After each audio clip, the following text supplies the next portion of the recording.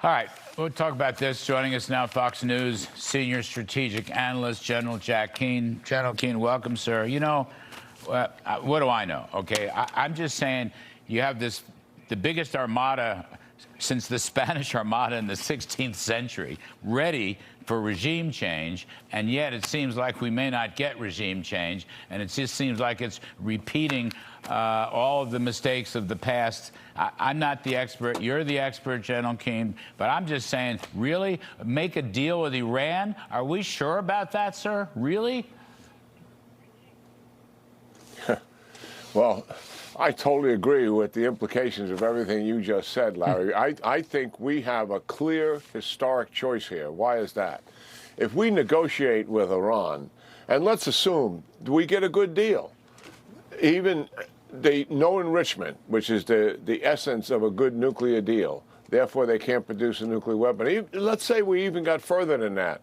No ballistic missiles or limited ballistic missiles, and no support for proxies. Those two issues I just mentioned likely are not on the table. Let's assume we even got that far, and we have a deal. What does that do? That extends the life of this regime indefinitely for many years and eventually sanction relief. What a betrayal that is to the thousands of demonstrators who gave up their lives to do what? To change the regime. We're not talking about a nuclear deal, but this is much more than the protesters too. This is U.S. national vital interest. And it clearly, the choice is, we can finish the regime with a combined attack, U.S. and Israeli military, a combined sustained campaign to finish this regime off once and for all. And if we get that, we have a major paradigm shift in the Middle East that has not been achieved since the regime came to power. That was 45 plus years ago. They have been destabilizing this region, killing Americans, killing Israelis, and many others in the region. And we take them off the board finally, and we're able to move forward without this destabilizing barbaric regime. The opportunities for the future are enormous, and who will have achieved that? President Trump and Prime Minister Netanyahu would have achieved that.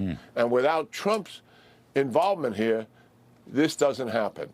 I got to believe the president understands this clearly, and he knows it. He's just not saying all of that because likely he doesn't want to flag exactly what he's going to do. But I got to have some confidence here that he's going to take these guys off the board and move towards a stabilized Middle East.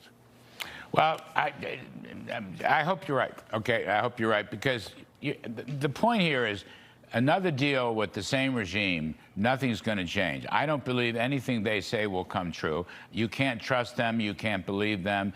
They never enforce anything. They never let anybody come in, outside investigators take a look at it. I mean, they have no credibility.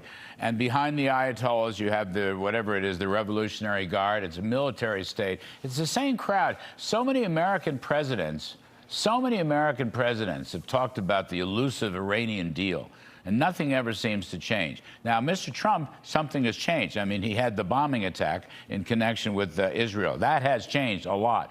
But to me, if you have this armada, flotilla, whatever, I don't know. It seems to me they're there for a reason, and I think the reason is to take out the regime. But I don't know. You're the military expert here. I mean, it just sounds like it. And certainly Trump is certainly different than these other presidents. He is a man of action.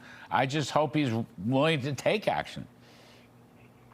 Yeah, I totally agree. I think that's true. I mean, yes, even if we made a deal with the Iranians, just underscore what you just said. We know what they're going to do. They lie, they cheat, they deceive. No enrichment. Okay, that's the deal, right? With verification.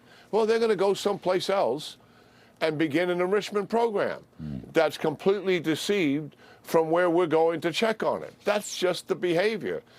We've been with these guys a very, very long time, and we can't trust them at all to any deal. And as I said before, even making a deal with verification extends the life of a regime. Why would we do that when they're at the weakest point they have ever been?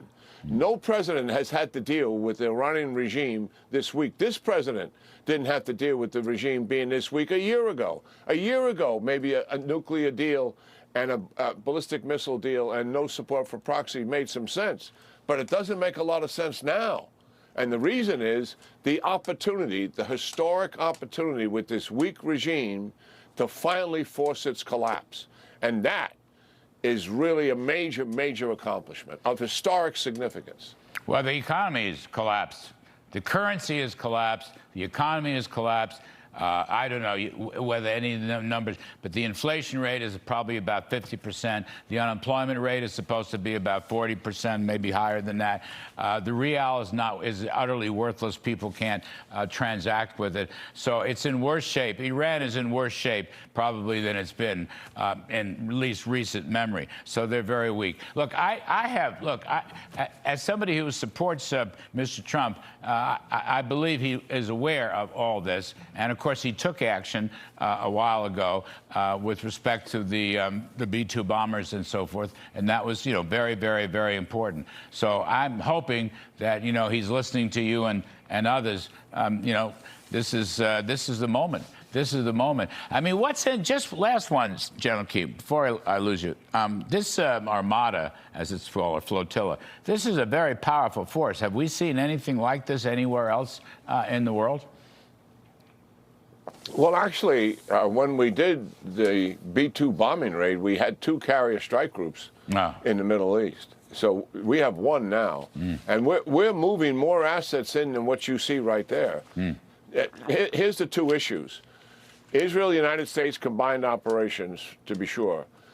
Both countries need to conduct a military operation. Neither one can accomplish all the goals by themselves. So we have to do it together. But we also have to bring in some additional resources to make certain that the defense for Israel and the defense for our bases is as solid as it can be. And also, because the target list is likely so expansive, we're talking about just about everything in that ecosystem called Iran to take down leaders, the organizations that are supporting repression, from the IRGC down to military forces. We are talking about ballistic missiles, whatever the recovery program is for nuclear. This is complete decimation is what we are talking about here. That is a large target list, and we need offensive capability to do that.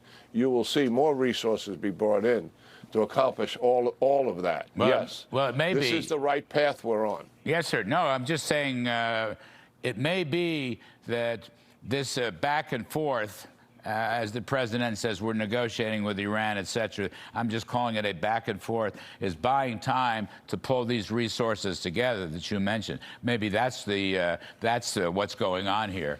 And I just can't believe that President Trump will, make the same mistake that prior presidents have made with Iran. I mean, I may be dead wrong, and I'm not privy to anything. But anyway, I can't believe it. Maybe he needs a little time to pull together all the resources that you're talking about, General. That might be the answer to it. Give you the last word on it. No, I think we're on a good path here. And as I said, we have never had this historic opportunity to finally, after all of these years, 8 presidents involved with this regime, this president has the opportunity to take them off the board and, with the help of Bibi Netanyahu, finish them once and for all. Yes, sir. Absolutely. General Jack Keane,